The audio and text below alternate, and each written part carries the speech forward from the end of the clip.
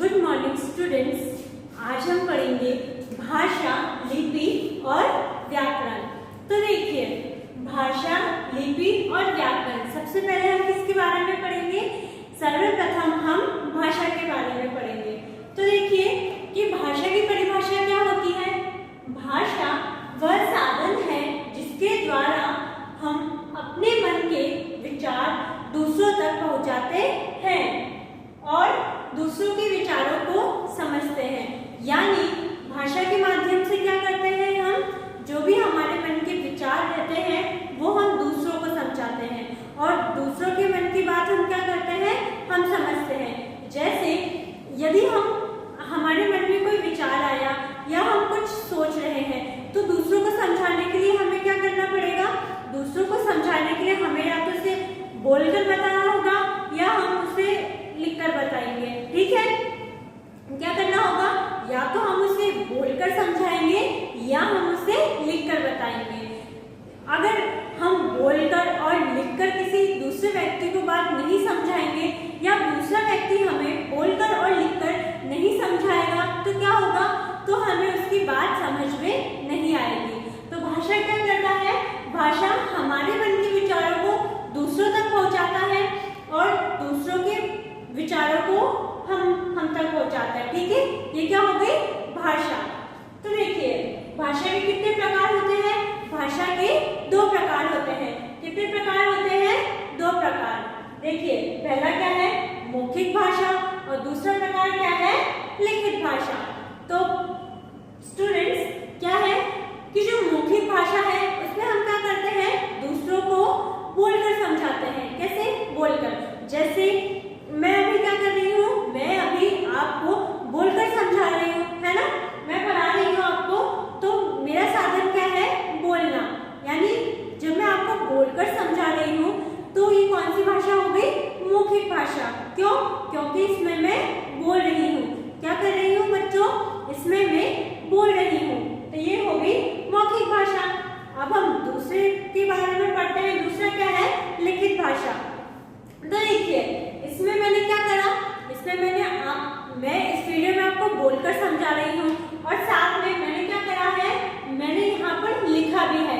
ठीक है, तो मैं जो भाषा का उपयोग कर रही हूँ वो मौखिक भाषा भी है और वो लिखित भाषा भी है। क्यों? क्योंकि ये सब मैंने आपको बोलकर समझाया है, लेकिन आपको अच्छी तरीके से समझ में आए इसलिए मैंने ये लिखा भी है। तो हमने मौखिक भाषा और लिखित भाषा दोनों का प्रयोग करा है। ठीक है, मौखिक भाषा में क्या करते हैं? मौखिक भाषा में हम बोलकर समझाते हैं और लिखित भाषा में क्या करते हैं? लिखित भाषा में हम किसी दूसरे व्यक्ति को लिखकर समझाते हैं। ठीक है, तो देखिए फिर से पढ़ते हैं भाषा के बारे में। देखिए, भाषा क्या होता है? अब आपको समझ में आ गया ना बच्चों? भाषा क्या होता है कि भाषा वह साधन है जिसके द्वारा हम अपने मन के विचारों को दूसरों तक पहुंचाते हैं और दूसरों के मन के विचारों को हम समझते हैं। ठीक है, क्या करते हैं? अपने मन के विचारों को दूसरों तक समझाते हैं। जैसे मैंने मन में सोचा कि वह लड़की कितनी सुंदर है। ठीक है, क्या सोचा? कि वो लड़की कितनी सुंदर है। तो मैं क्या करूंगी? मैं उस जो लड़की मुझे सुंदर लग रही है मैं उससे जाकर बोलूंगी कि तुम कितनी सुंदर हो। और यदि मैं बोलूंगी तो ही तो वो मेरे मन की बात समझ सकेगा ना। तो जो मतलब दूसरों को समझाने का साधन हो गया वो क्या हो गया? भाषा। ठीक है बच्चों, क्या हो गया? भाषा। तो भाषा क्या करता है? हमें विचारों को समझने में मदद करता है। और इसके प्रकार भी मैंने आपको बता दिए। मौखिक प्रकार, मौखिक भाषा और लिखित भाषा। यानी मौखिक बोलकर समझाना और लिखित यानी लिखकर समझाना। तो ये हमने पढ़ा भाषा के। तो बच्चों, अभी हमने पढ़ा था भाषा। ठीक है, हमने भाषा की परिभाषा देखी और हमने भाषा के प्रकार भी देखे। ठीक है, भाषा के कितने प्रकार होते हैं? दो, मौखिक भाषा, लिखित भाषा। मौखिक भाषा को हम क्या करते हैं? मौखिक भाषा को हम बोलकर समझाते हैं और लिखित भाषा को हम क्या करते हैं? लिखित भाषा को हम लिखकर समझाते हैं। ठीक है, अब हम क्या पढ़ेंगे? अब हम पढ़ेंगे लिपि के बारे में। किसके बारे में पढ़ेंगे बच्चों? लिपि के बारे में। तो देखिए,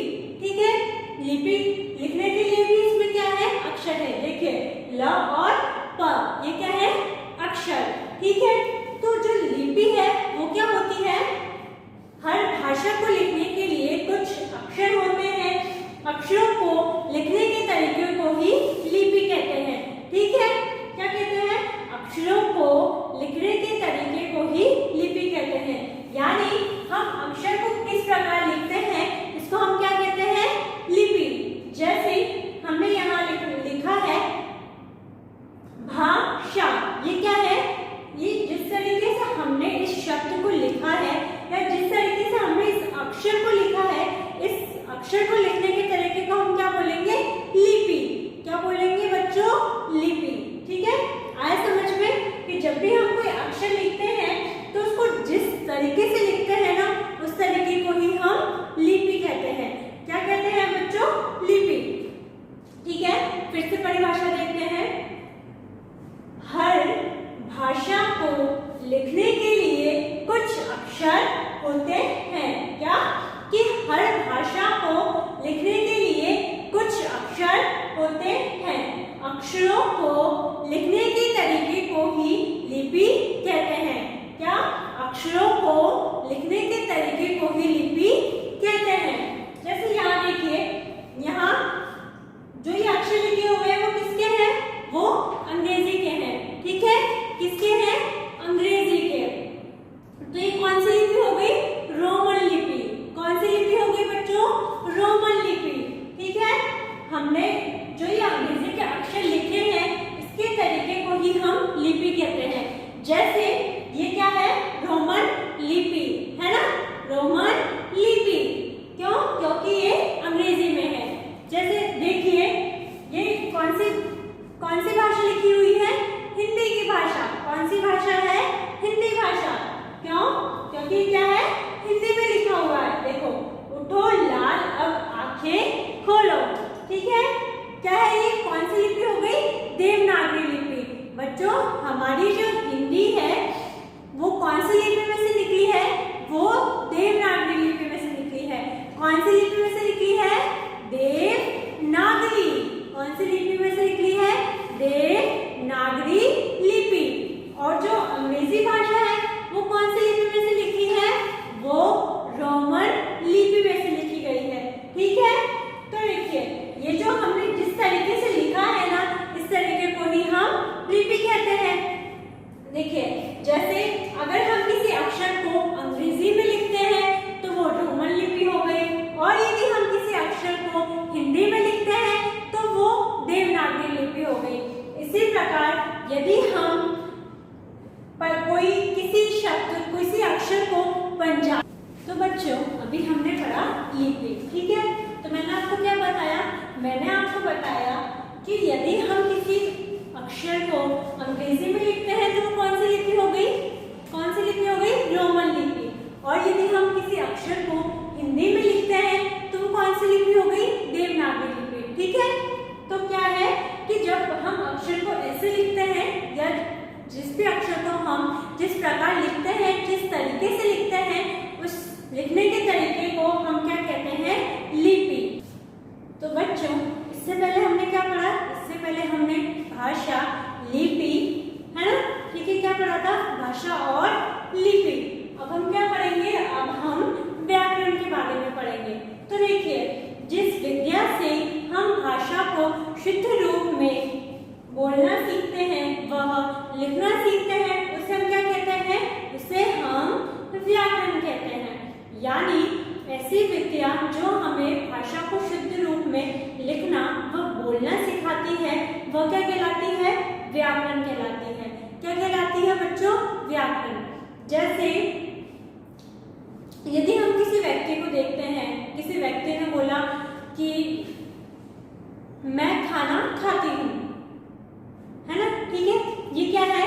यदि वाक्य कोई लड़की बोलती है कि मैं खाना खाती हूँ, तो क्या है? ये तो बिल्कुल सही है। परंतु ये यदि यही वाक्य कोई लड़का बोले कि मैं खाना खाती हूँ, तो ये क्या हो गया? ये एक गलत व्याकरण का उपयोग हो गया। ठीक है, जैसे आपने किसी दूसरे व्यक्ति से पूछा कि तुम्हारी माता अब कैसी है? ठीक है, तुम्हारी माता जी अब कैसी है? तो ये क्या है? ये तो सही हो गया, है ना? आप ऐसे ही पूछोगे तुम्हारी माता जी कैसी है। जैसे आप किसी मित्र से पूछते हैं तो आप ऐसे ही बोलेंगे ना कि तुम्हारी माता जी कैसी है। आप ऐसे थोड़ी पूछेंगे कि तुम्हारी माता जी अब कैसे हैं। ठीक है, ये क्या हो गया? ये तो गलत व्याकरण हो गया। तो जो व्याकरण है वो हमें क्या करता है?